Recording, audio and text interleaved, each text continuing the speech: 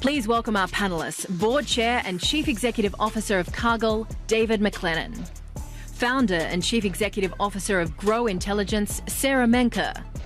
Chief Executive Officer of Regrow Ag, Anastasia Volkova. And our moderator, anchor for Bloomberg Television, Shery.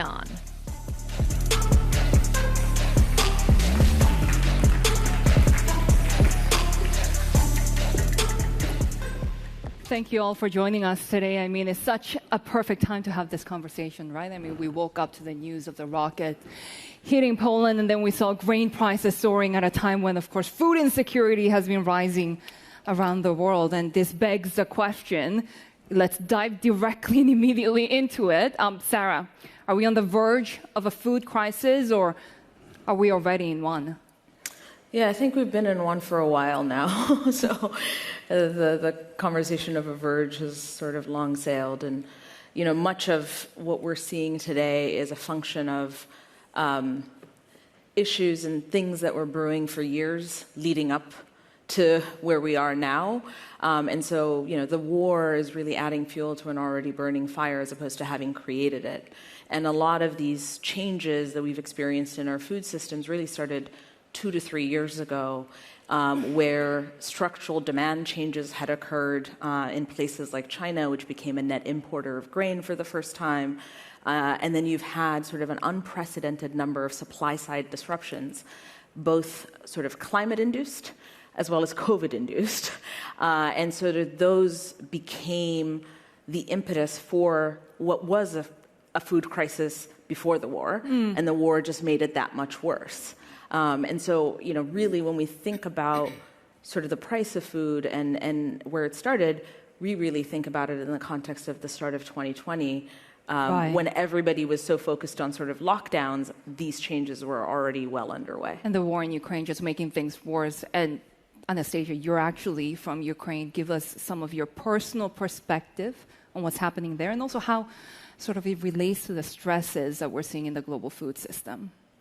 I think generally, as a Ukrainian, it's hard to imagine your country becoming so famous for something so unfortunate so quickly. But on the other hand, I think Ukrainians, as you can see, are very brave people that understand that they live and steward the breadbasket of the world.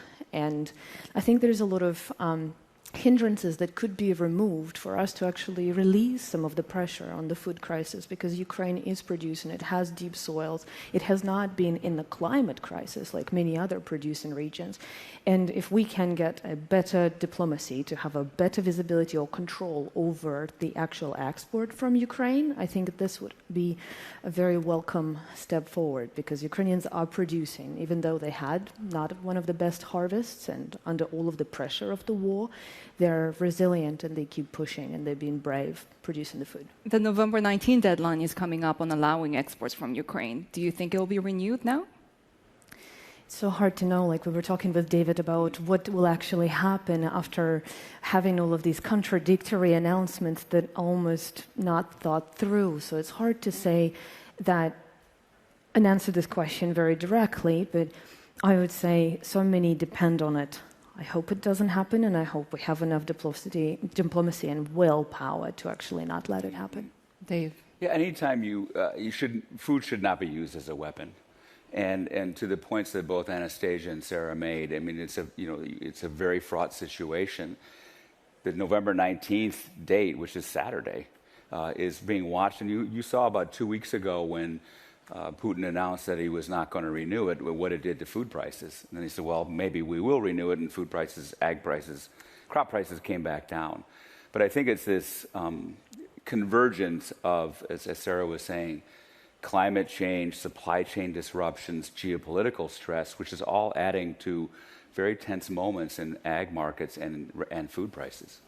And Cargill is in so many different parts of the food system and the food chain, right? So where are you seeing the biggest stresses at this point? Well, certainly it has to start with Ukraine and Russia, and that's such a breadbasket of the world relative to corn, wheat, and sunflower production. And so the world is dependent, many parts of the world are dependent on that. Sara was also saying impacts of COVID and climate change and things like hurricanes hitting the Gulf of Mexico, even most recently with decreasing water levels in the Mississippi River, the farmers and companies like Cargill were not able to get crops down the river until recently. There's been more rain, there's been increasing levels, increasing dredging in the Mississippi, but the impacts of climate change, geopolitics, supply chain disruptions are profound, but that's one that, in the short term, it's more difficult to predict and difficult to control. For example, the impact of severe and extreme weather events on getting food from where it's produced to where it's needed. Does that mean food prices will be higher next year?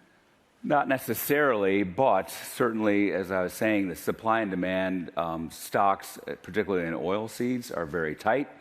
And all it takes is one really bad crop, and say in North America or South America, to really send prices higher. So farming's an outdoor sport, and we rely on farmers, and that's where it all begins, but we rely on the weather, and that's something from year to year we're not really sure about. And that's the thing, right? Just a couple of years ago, we've been talking about the supply chain disruptions and how perhaps rising food prices is really a result of distribution issues. How much of it is a production issue now, Anastasia?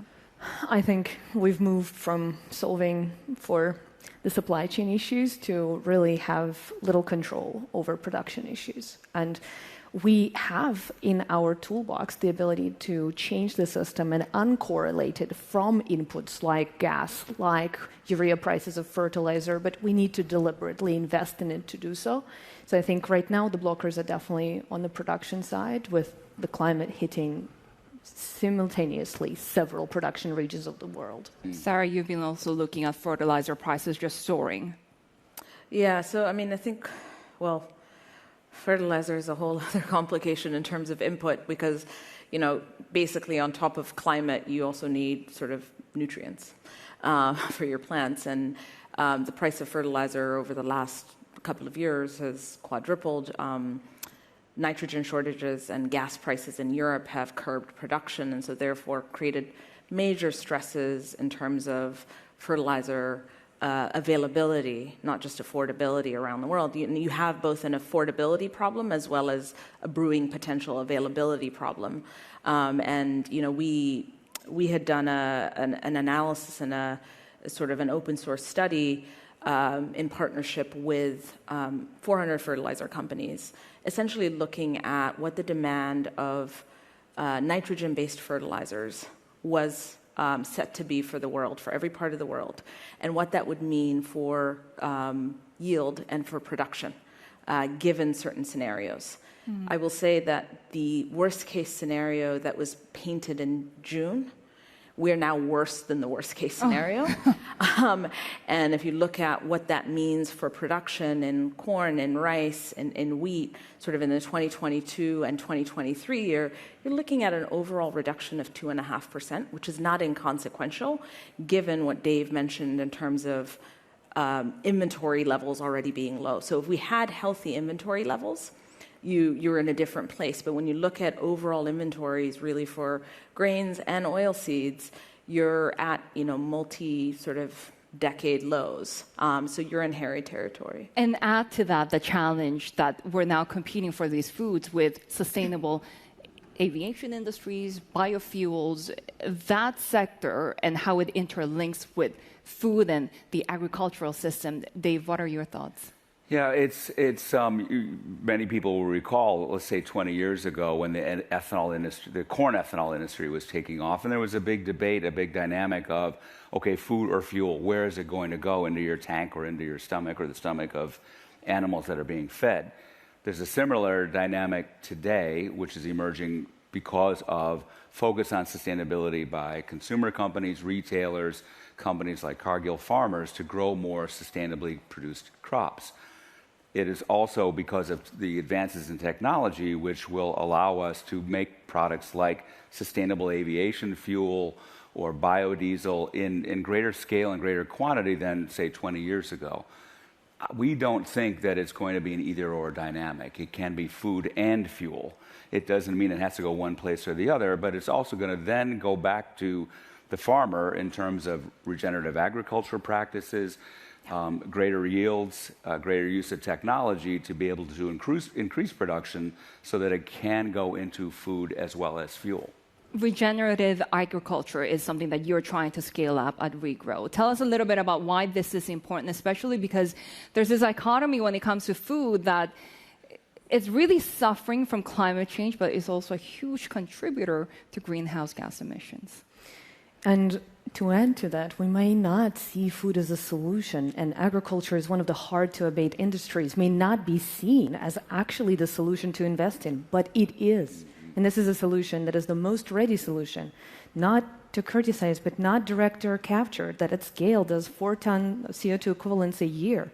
Agriculture that at scale does hundreds of millions of acres across US alone, each of which has at least the potential of 1/3 of a ton, 1/2 of a ton. This is something that is very real. And the way that the introduction of regenerative agriculture solution will actually reduce some of the pressures on the climate and the economy, whilst, of course, introducing more demand for investment into that decorrelatory change that we need to see, is the reduction in fertilizer prices that Sara spoke, not prices, the demand for fertilizer that has such a high price. You're able to have a more circular system if you are regenerative. You're not so dependent on synthetic inputs, which allows you to produce in a way that's more decorrelated and be even more resilient as an enterprise on the farming scale to impact the community and actually be seen as part of the solution, which agriculture for such a long time has been alienated out from. Cargill actually has a big commitment on this field as well. Why is that important to a company like yours? Well, I think Anastasia makes an important point, and she's right that agriculture is being increasingly either blamed or focused on as a emitter of greenhouse gas emissions or being unsustainable. And the fact is, yes, the ag industry does use a lot of resources. Water produces greenhouse gas emissions, but again, to Anastasia's point, ag is how we can find the solution. Agriculture has to be part of the solution, and it has to start with the farmers. And whether it's more sustainable farming methods or raising cattle in more sustainable ways or using regenerative agriculture practices.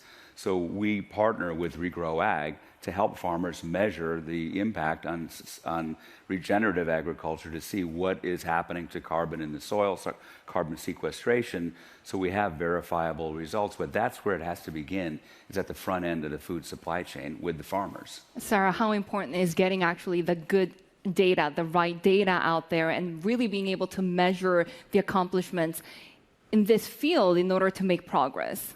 Yeah, I mean, I think data is going to be critical for scaling regenerative ag because it's, with any innovation, it's always a journey, right? And that journey means defining the metrics that matter and then standardizing those metrics at scale so that we're comparing apples to apples. And as this sort of process is ongoing right now, companies like Regrow Ag are actually going to be really important and critical to defining what these metrics are going to be at the farm level to be able to then say, how do we do it? Because I think one of the biggest lessons in sort of what we're seeing in the ESG space in general is that definition process, that hard work of defining and standardizing didn't happen up front, and now we're paying the price for it because everybody was sort of doing their own thing, defining it as they please, and the way I sort of described it was, it was not an asset class, it's a lens, and everybody's wearing different glasses. We need to make sure that in sort of regenerative agriculture, we don't go down that journey. And so I think data is going to be sort of the critical component, and industry coming together to define what that is going to be key. That is so important at a time when we have a growing population and rising demand for proteins as well, right? How does Cargill deal with that, and how do innovative technologies play into that as well? Well, if you think about the evolution of agriculture, particularly in the last, say, 5 years, but even I'm thinking going back to the history of Cargill, 157 years old, let's say 20 years ago, it was about buying products from farmers, putting it on rail, train, barge, ocean-going freight, and getting it to where it's needed. Now, if you think about the trends in ag to technology and innovation, I mean, look at these two companies that are represented by entrepreneurs that started these companies that provide data, provide technology to help farmers be more productive, to help them be more sustainable. This is a new evolution. There's a statistic, and I'll get it directionally wrong, but you'll get my point. In 2013, there's about $2 billion of investment capital going into agriculture. Today, it's over $30 billion. So innovation in terms of technology, the ability to produce more sustainable crops, and the partnership of traditional agriculture and food companies with startup new technology companies, that's how we're going to have more sustainably produced agriculture. The partnership between farmers and agricultural merchandisers and handlers and technology companies, that's how we're going to get better. Regrow is doing exactly that. How are you partnering with companies? Not to mention, what do you expect the bigger role of private sector to be as we make progress in this field? Absolutely. Ambassador Tai alluded to this yesterday when she was saying private sector is actually leading in this area. It's leading in adoption of sustainability because to private sector, the cost is very high. The supply chain disruptions are very real. The products will not be on shelves. They will not even be produced. The product will not even hit the mill. This is a very real risk against which the private business is hedging. And at Regrow, we're privileged to work with leaders in this space who understand and are ready to invest in it with their global supply sheds, really getting this data, the visibility into what does the adoption look like now for regenerative practices, what is the potential, where should we invest now, and most importantly, how do we move the needle? Because we need early successes. We need to invest now. There's a solution to this problem, it is available, and we need to act now. Sarah, what about governments? Because we have seen as prices rise, more and more administrations are trying to close their doors. And we're talking about even here in Asia, India, Malaysia, really restricting those food exports. Yeah, with good intention, knee-jerk reactions by government tend to be sort of the biggest market movers than sort of the markets themselves, right? And I think this wave of protectionism that we are experiencing as a world, not just in agriculture, but across industries, right? Like, I think the recognition that much of sort of what we all view as sort of globalization changing in front of our eyes includes in our food systems becoming a major part of it. And it is actually one of the hardest things to deglobalize.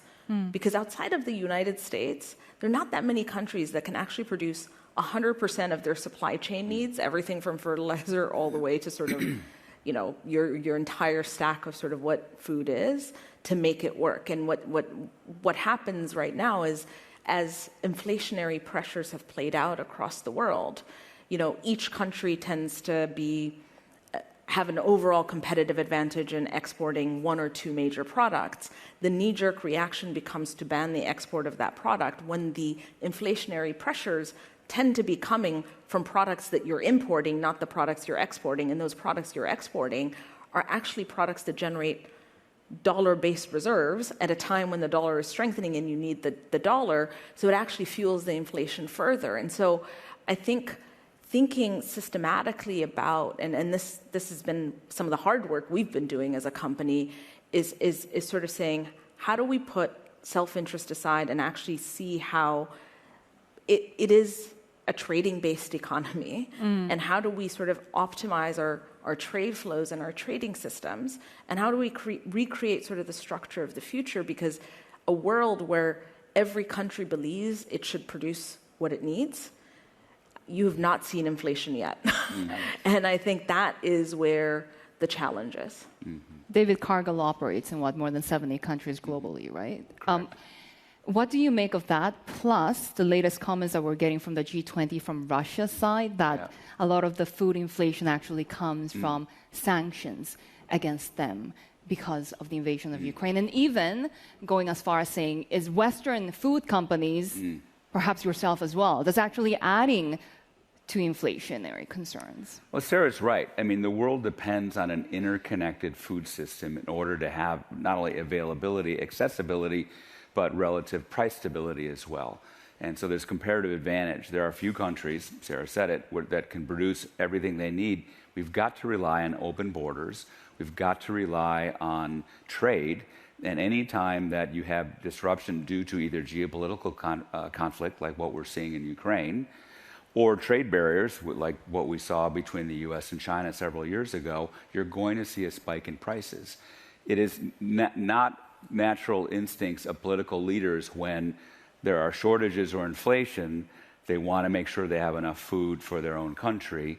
But that's the worst thing you can do, even though it feels, I got to keep food at home. People have got to eat. When they don't eat, they get hungry. When they get hungry, bad things happen, for obvious. But what about the criticism that Western food companies are taking advantage of the crisis right now? I don't know what logic that is based on.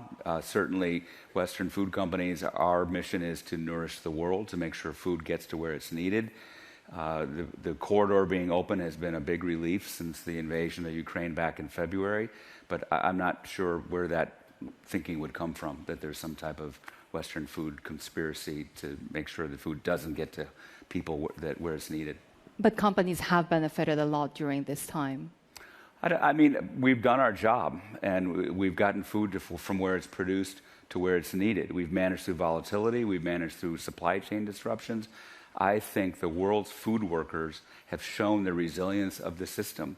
And when you think about debates of who's going in the office and who's going to work from home, food workers, farmers, they're there every day. That's how the world has continued to, the world food system has worked in the last 2 years. Are you actually seeing some of that labor shortage also affecting and perhaps contributing to the inflationary pressures? For sure. So not only with COVID disruptions, but also with labor shortages and migration of people from one industry to another. But certainly in our meat business in the U.S. in particular, we've had significant labor shortages, which have added to production scale backs because we don't have the labor to staff the plants. Anastasia, what will it take to have sustainably lower prices, to ease this food inflation that's really making a lot of people go hungry, especially in developing and emerging economies? It would take three things. It would take collaboration, and I know it's a frequently used word, but as a supply chain, everyone who's supporting ag supply chains, including governments that have their own type of knee-jerk reaction, they have to collaborate in a way that is systems thinking forward. The companies across the supply chain must collaborate and co-invest, which is what we're lacking right now, which is my next point. We need partner collaboration, we need investment, forward investment at the time that is very hard to justify, but it's only going to get harder. We need to justify this now. And being able to really have a global view of the resilient supply chain. It is by definition, as Sara was saying, a global system in which it's optimized for resilient production. If you have a hurricane in the north, maybe you have better production in the south. If you have a drought in the south, you have production in the north. We are an interconnected system that's getting out of balance because of climate change very quickly. And if we start actually separating the cabins in this big ship, we're going to actually sink faster. So it is through collaboration, forward investment, and the global view of the resilient system that we need to solve this. Sara, what do we need? Magic bullet. I mean, I think in terms of thinking about developing countries in general, I think multilateral institutions are not where they need to be, I think, on this issue. They've been slow to reacting. They need to be faster. And because, the reality is that just the balance sheets of countries are very weak right now. And the combination of rising food prices and a strengthening dollar has meant that the domestic price of food in certain parts of the world, I mean, when we talk about sort of the price of wheat, we're just looking at a futures price as opposed to the domestic price. And when you look at the basket of sort of foods consumed around the world, and you look at what the price change has been over sort of the last 2 years, in the US, it's up about 66%. In Sudan, it's up 1,900%. In Syria, it's up 700%. In Turkey, it's up 400%. These numbers are not small. Ethiopia, it's 200%. So when you look at sort of what these pressures are, it's a combination of food prices and a strengthening dollar that is really making things extremely complicated for sort of the global economy. And there are only certain actors or certain institutions we currently have in place that can address that, which is some of these multilateral institutions. Private companies just can't step in and address these challenges. And I think having those institutions step up and step into the roles for what they were created, or reshaping them to be what the world needs sort of going forward, I think is going to be a critical part of this equation. Dave, what do you think? And is there space for collaboration between the private and public sector to fill that gap? For sure there is. And as I was just talking about collaboration or partnerships with companies like Sara and Anastasia's, but also it has to be in partnership with governments. I think the U.S. Department of Agriculture has done a great job of supporting agriculture production. They just recently made several grants to innovative food systems and sustainably produced food systems. So I think we're seeing more of an active role, not only from the U.S. government, but other governments. It has to be there. It has to be the traditional public-private partnership that gets us forward. One quick round of questions. Will food prices be higher or lower next year?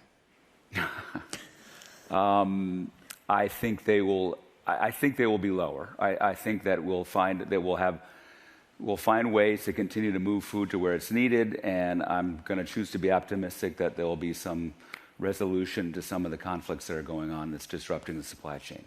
Sarah? There's a saying that says the cure to high prices is high prices, which is at some point there will be demand destruction. We haven't seen that demand destruction, but there is a tipping point at which people just can't afford it, and so you'll start to see demand destruction. And so I'll actually go with Dave and be optimistic on this one. There are certainly concerns, but they can't continue to rise, and we're going to have to see a demand response. We haven't seen it yet, but I think that response will come. Anastasia? I think it's been said. I want to lull us into the safety zone. I think we're very far from actually making it happen. A lot of action is required. But I'm with Sara and Dave that this is possible and we need to make it happen. With fingers crossed and with an optimistic tone, we end this conversation. Thank you guys so Thanks, much Shery. for this. Thank you.